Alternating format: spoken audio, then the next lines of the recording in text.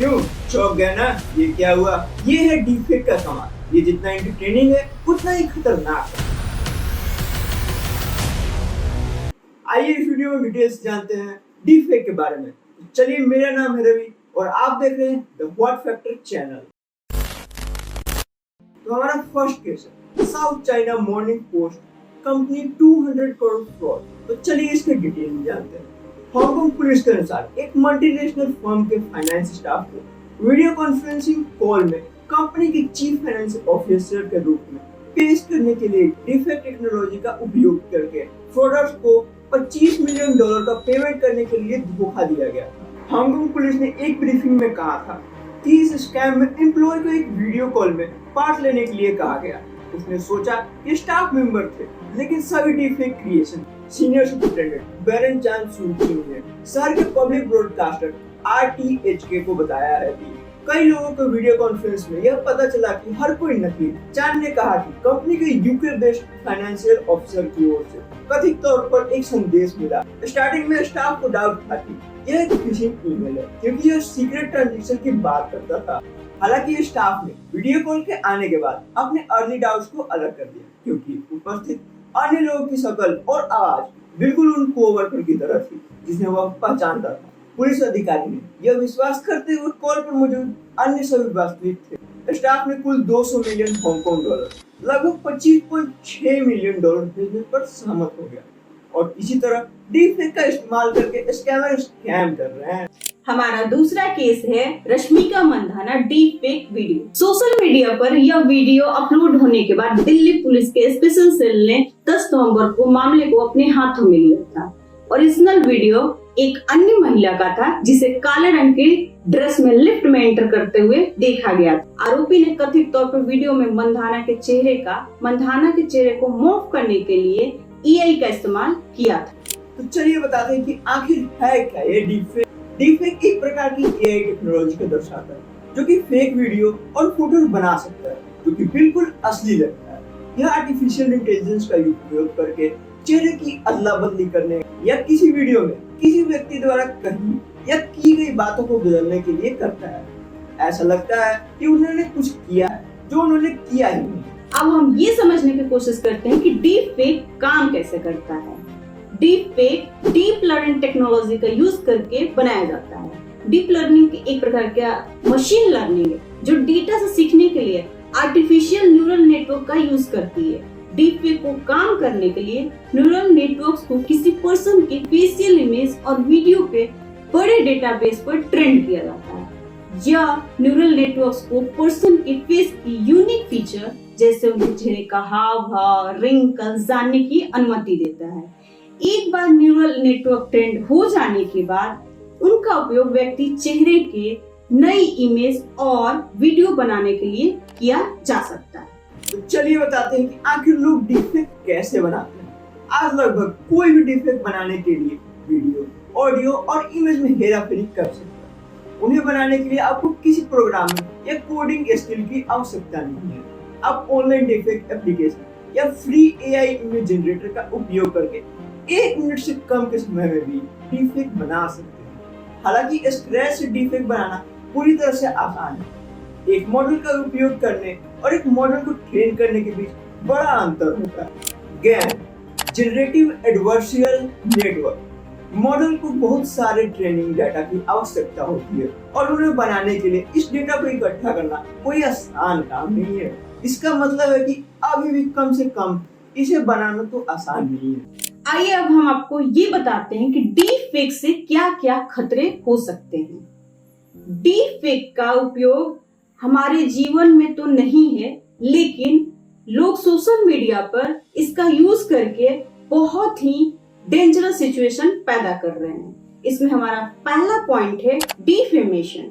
Deepfake का उपयोग नकली वीडियो बनाने या इमेज बनाने के लिए किया जा सकता है, जो किसी को ऐसा कुछ कहते हुए या करते हुए दिखाया जाता है जो उन्होंने कभी किया ही नहीं, जिससे उनकी रेपुटेशन और करियर को नुकसान में पहुंच सकता है।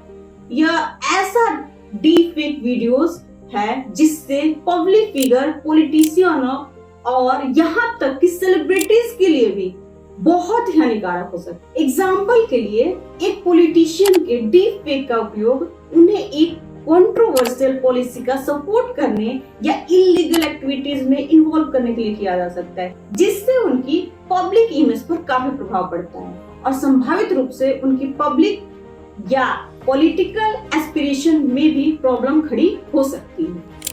हमारा नेक्स्ट पॉइंट है मिस इन्फॉर्मेशन। डीप फेक का यूज फॉल्स इंफॉर्मेशन और प्रोपेगेंडा फैलाने के लिए भी किया जा सकता है, जिसका ऑर्गेनाइजेशन, सोशल मूवमेंट और यहाँ तक कि वॉर्स का वास्तविक दुनिया पर प्रभाव पड़ सकता है। ऑर्गेनाइजेशन, पॉलिटिकल लीडर और इन्फ्लुएंशियल फिगर के फेक वीडियोस बनाकर ऐसे काम करके जिन्होंने कभी उन्होंने किया ही नहीं, डीप फेक पूरे देश में पब्लिक ओपिनियन को इफेक्ट कर सकता है। हमारा नेक्स्ट पॉइंट है जो कि बहुत इंपॉर्टेंट है, वो है हैरेसमेंट। डीप फेक का यूज करके लोगों को हैरेस भी किया जा सकता है। कैसे किया जा सकता है, हम इसको समझने की कोशिश करते हैं। डीप फेक का यूज फेक वीडियोस या फेक इमेज बनाने के लिए किया जा सकता है जो कि सेक्सुअली एक्सप्लिसिट, वायलेंट या हानिकारक है। इन वीडियो का इस्तेमाल दूसरे खासकर महिलाओं को परेशान करने, डराने और दुर्व्यवहार करने के लिए किया जाता है। हमारा नेक्स्ट पॉइंट है identity theft and fraud. Deep fake का उपयोग नकली आईडी, पासपोर्ट और अदर डॉक्यूमेंट बनाने के लिए किया जा सकता है, जिनका यूज फ्रॉड या क्राइम करने के लिए किया जा सकता है। इनका उपयोग किसी और को ऑनलाइन या वास्तविक जीवन में प्रतिरूपित करने के लिए किया जा सकता है, जिसमें आइडेंटिटी थेफ्ट और फाइनेंशियल स्कैम हो सकते हैं। उदाहरण के लिए, अगर कोई व्यक्ति अगर बैंक जाता है और लोन के लिए अप्लाई करता है और उसे ये पता चलता है कि ऑलरेडी उसके नाम पर लोन चल रहा है, आप सोच सकते हो कि उसके लिए डीप फेक कितना खतरनाक हुआ, उससे उसका फाइनेंशियल डैमेज कितना होगा, इसका अंदाजा इससे लगाया जा सकता है।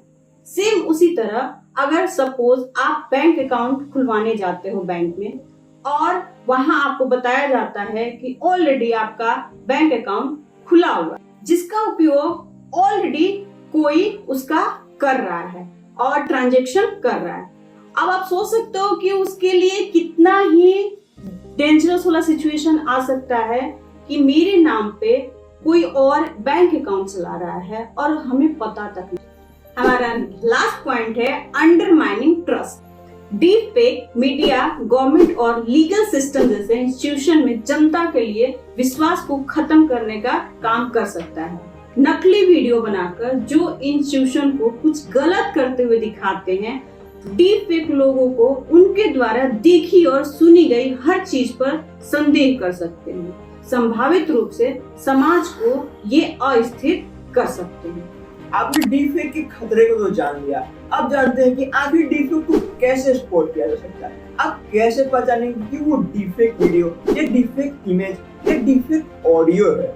तो इसका पहला पॉइंट है लुक फॉर अननेचुरल और inconsistent facial expression. Deep fake अक्सर इनसेंसिटिव मूवमेंट और एक्सप्रेशन को रिप्लिकेट करने के लिए स्ट्रगल करते हैं। आंख, मुंह और फेशियल स्ट्रक्चर पर ध्यान दें, क्या वे वास्तविक रूप से आगे बढ़ते दिखाई देते हैं, क्या कोई अननेचुरल ग्लिच या आर्टिफैक्ट। इसका दूसरा पॉइंट है check for inconsistencies in lighting and shadow. तो देखिए, डीप फेक कभी-कभी ओरिजिनल फुटेज की लाइटिंग और शैडो को मैच करने के लिए स्ट्रगल करते हैं।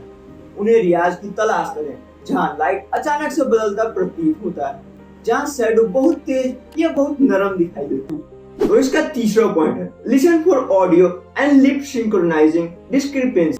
डीप फेक में अक्सर वीडियो में मौजूद व्यक्ति के होठों की हरकत और ऑडियो को मैच करने में काफी समस्या होती है। ऑडियो और मूवमेंट्स के बीच किसी भी अननेचुरल पॉज या डिले के लिए सुनो। व्यक्ति का मुंह इस तरह से भी हिलता हुआ दिखाई दे सकता है कि जो वो बोले उस शब्दों से मेल नहीं खाता। इसका चौथा पॉइंट है चेक फॉर अनयूजुअल बैकग्राउंड और props. Deep fake stock footage, image या वीडियो का उपयोग बैकग्राउंड या प्रॉप्स के रूप में कर सकते हैं। वीडियो में बैकग्राउंड और प्रॉप्स पर ध्यान दें, क्या वे रियलिस्टिक और आसपास के वातावरण के अनुरूप दिखते हैं या कोई इनकंसिस्टेंसीज। इसका पांचवा पॉइंट है look for the source of the image, video और ऑडियो। यदि आप अनिश्चित हैं कि मीडिया का एक टुकड़ा असली है या नकली, तो यह पता लगाने की कोशिश करें कि यह आया कहां से है। यदि इसे सोशल मीडिया पर पोस्ट किया गया है तो ये वीडियो का सोर्स जांच करें और देखें कि क्या कोई अदर सोर्स सेम इंफॉर्मेशन की रिपोर्ट कर रहे हैं।